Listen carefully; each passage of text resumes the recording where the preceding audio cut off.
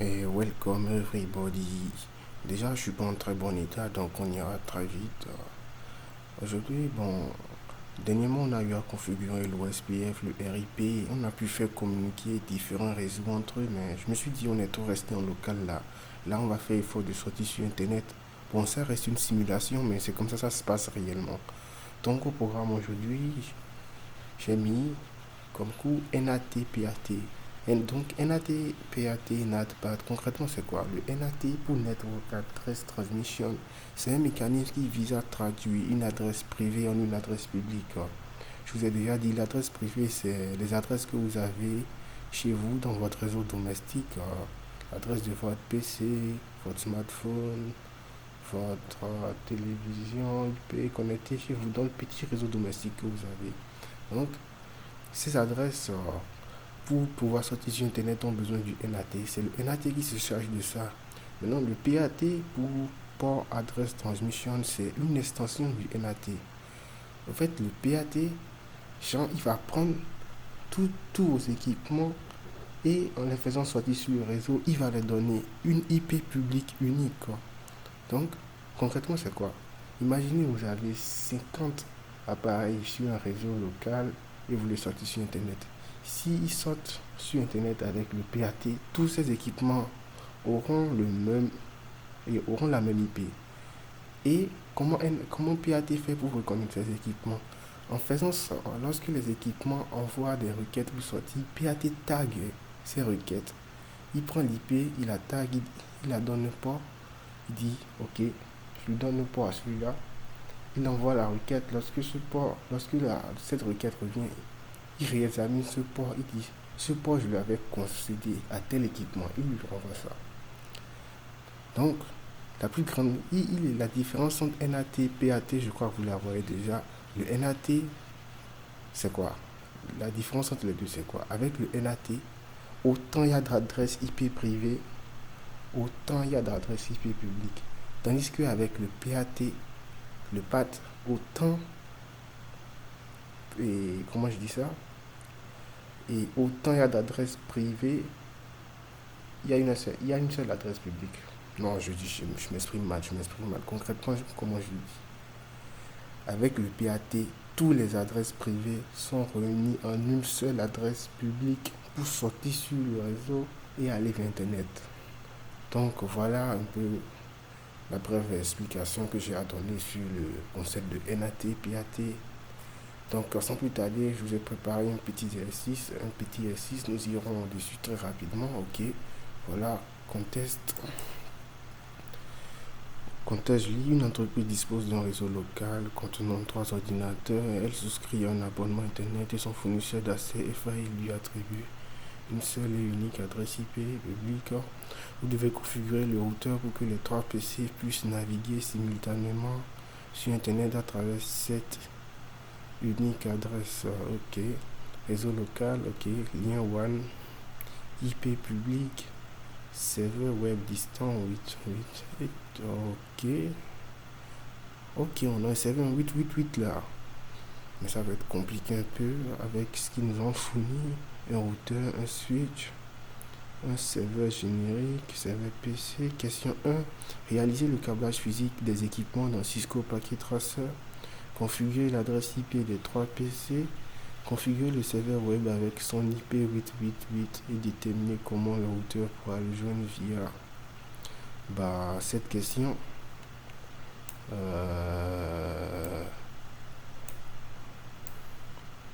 Je sais pas trop comment ça va se passer. Bon, on y va. Bon, j'ai déjà mis en place une petite topologie ici. Je crois que tout le monde sait configurer une IP.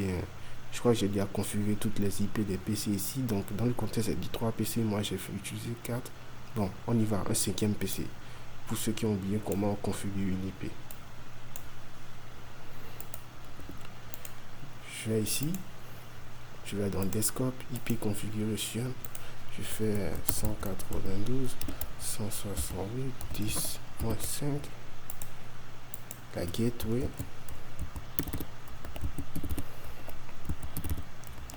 Non, qu'est-ce que je fais? 168.10.254. La gateway, ça sera l'interface du routeur auquel sera relié notre switch. Donc je passe à la liaison sans plus tarder.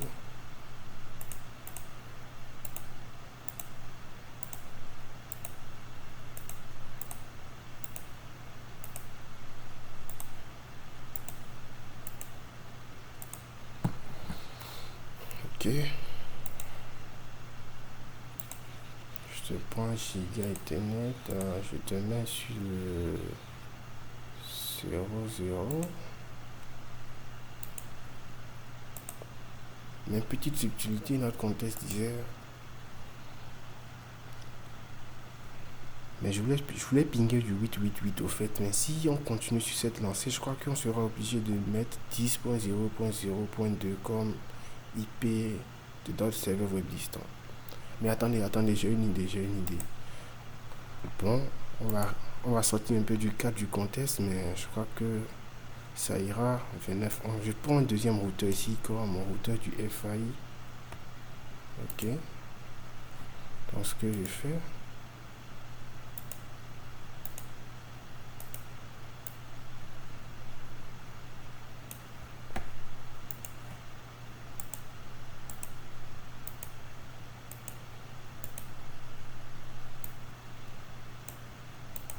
Bon, nous allons sortir un peu de notre contexte. On y va. On verra. Je fais enable, je fais conf t. Bon, je vais lui donner un nom à mon routeur. Je mets PAT. Ok. N'oublie pas de sauvegarder. Je fais interface. Quelle interface est connectée à notre switch ici? C'est la GIG00. Chez 00. Je fais IP adresse. Je lui donne l'adresse de la gateway qu'on avait donnée. C'est lui la gateway.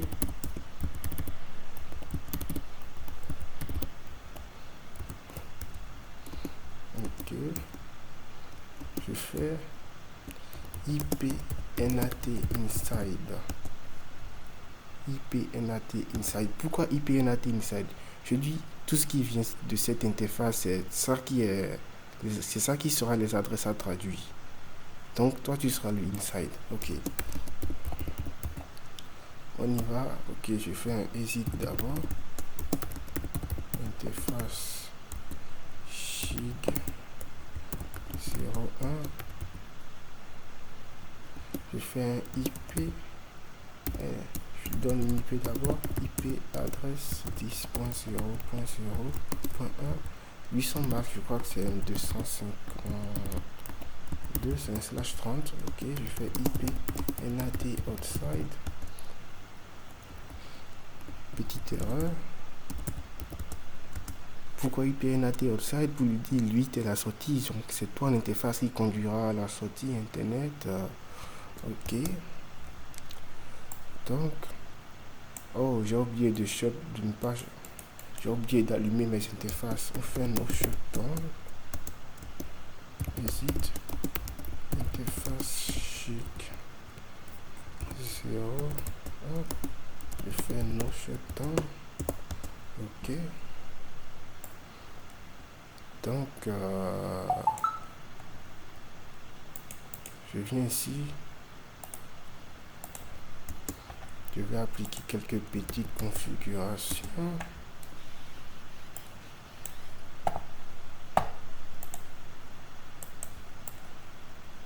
GIG 01, ok. EN, bon, je fais conf t, je fais hostname FAI. Et là, je fais interface GIG 01. Je donne IP adresse 10.0.0.2. Je fais 255.255.255.0. Je fais no shutdown. Je fais exit. Interface GIG 00. Je pense que vous suivez. Je fais no shutdown, je l'allume. Je lui donne. Ce qu'on va faire, lui, on va lui donner une IP 8.8.1/24.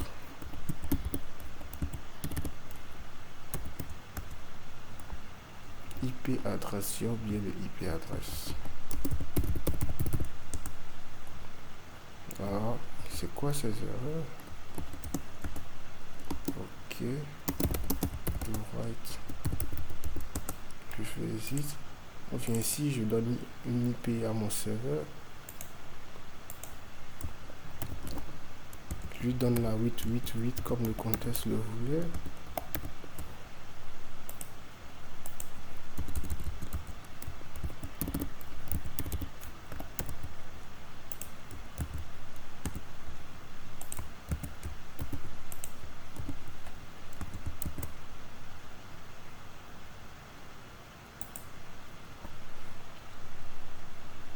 Ok, est-ce que le ping passe entre ces deux là?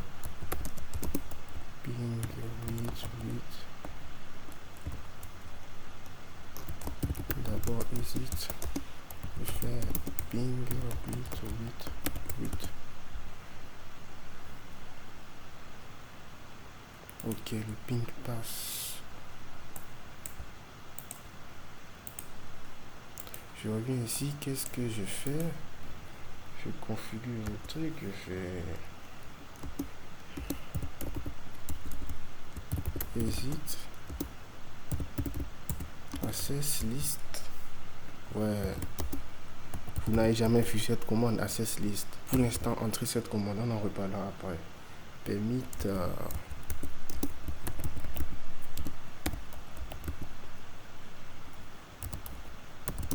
l'inverse du masque 00 255.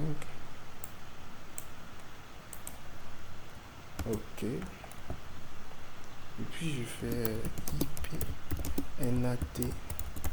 Là, on va créer un pool pour le NAT. On va lui donner un nom. Je l'appelle Network Space. Ok, c'était quel IP qui était censé être...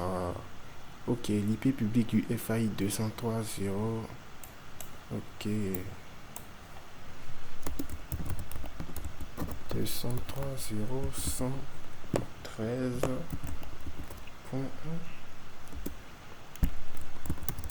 Je fais ça un peu comme une plage. 0.113.1. Et je fais sub. Non, je fais net masque. Je lui donne 255. Au fait, je lui donne le masque de l'interface de sortie. 252. Ok.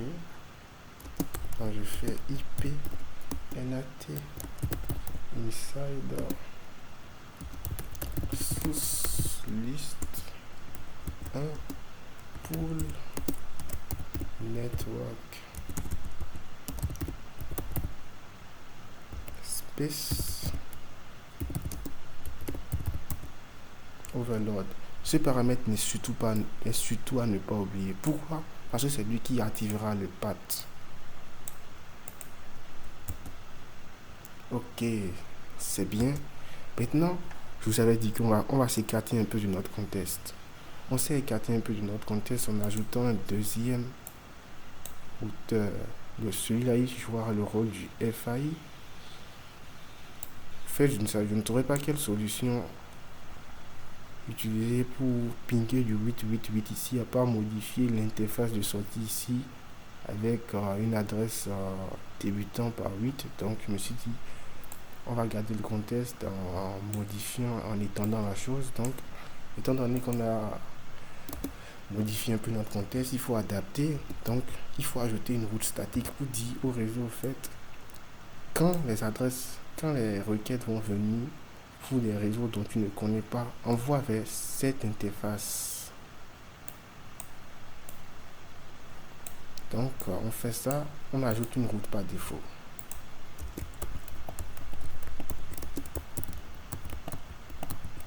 Zéro, zéro, zéro. Ok, je dis envoie vers la 10.0.2. J'oublie. Je fais des erreurs aujourd'hui, c'est IP route. Ok. Et maintenant, on revient ici. il faut faire la même chose, sauf que ça, cette fois-ci, ça sera à l'envers. Lui, on va lui dire quoi? Concrètement, on lui dira quoi? On lui dira IP route 203.0.113. Combien?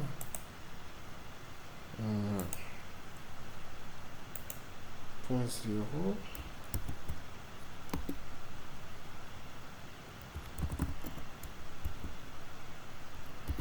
255.255.255.252 10.0.0.1 203.0 213 255 255 255.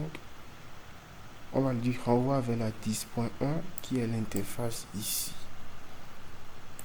Pourquoi cette IP d'abord? Parce que suite à nos configurations d'ici, quand les requêtes vont essayer de sortir, elles changeront tous d'IP et auront pour IP 203.0.113.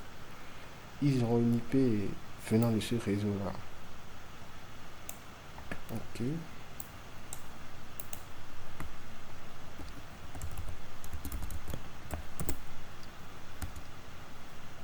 Bon. Si j'ai configuré mon... Ok. Testons ping.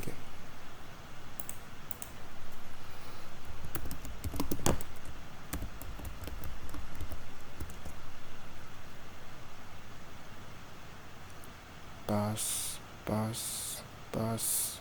Vous voyez, ça ping. C'est super, c'est génial. Maintenant, voyons la table. Vous voyez, ça débug déjà. Ça veut dire que le PAT est en route, il est en marche. Effectivement, ça prend. Vous voyez, la requête vient de quel PC? Si je tape ifpconfig, vous voyez, il vient du 10.1. Génial. Je voulais pinguer du 8.8, je l'ai pingé, je l'ai fait, ok. Vous voyez, quand la requête vient ici, 192.168 10.1, cette requête est prise et le PAT agit, il fait son travail, il la transforme, il change, il prend l'IP privé, il la donne son IP public pour la faire sortir sur le réseau. Donc ici on a source 192.168 10.1. Ici la transformation, ici la destination, maintenant ici c'est le retour. Au retour, la source ça devient notre serveur 8.8, la destination il envoie au réseau qu'on lui a spécifié via la route statique et elle revient à notre PC. Donc voilà un peu comment ça se passe. Génial, super, je suis vraiment content. Vous voyez, les ping passent, ok. Essayons d'ici.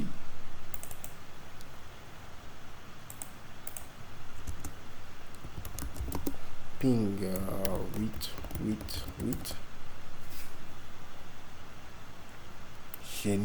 Génial.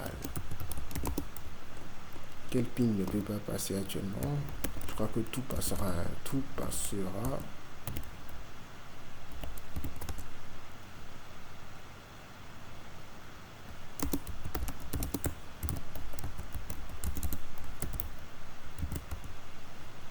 Évidemment, je suis lent aujourd'hui au clavier. Je suis pas en très bon état. Bon. Vous voyez, tous les pings passent. Mais concrètement, c'est de cela on avait besoin. Ça, c'est le ping de notre serveur. Donc, notre serveur et nous arrivons effectivement à sortir sur Internet. Le PAT joue son rôle. Donc, c'était ce que je voulais c'était ce que je voulais vous montrer aujourd'hui. On dit quoi déjà? On dit merci d'avoir suivi la vidéo. Et attends. La vidéo se termine. Il y a quelque chose que je dois faire. Tu vois le pouce qui est en bas là, tu cliques dessus pour que ça devienne bleu. Et tu partages, tu likes. Et tu t'abonnes. C'est très important. N'oublie pas cela. Ok, on se retrouve très vite pour une prochaine vidéo.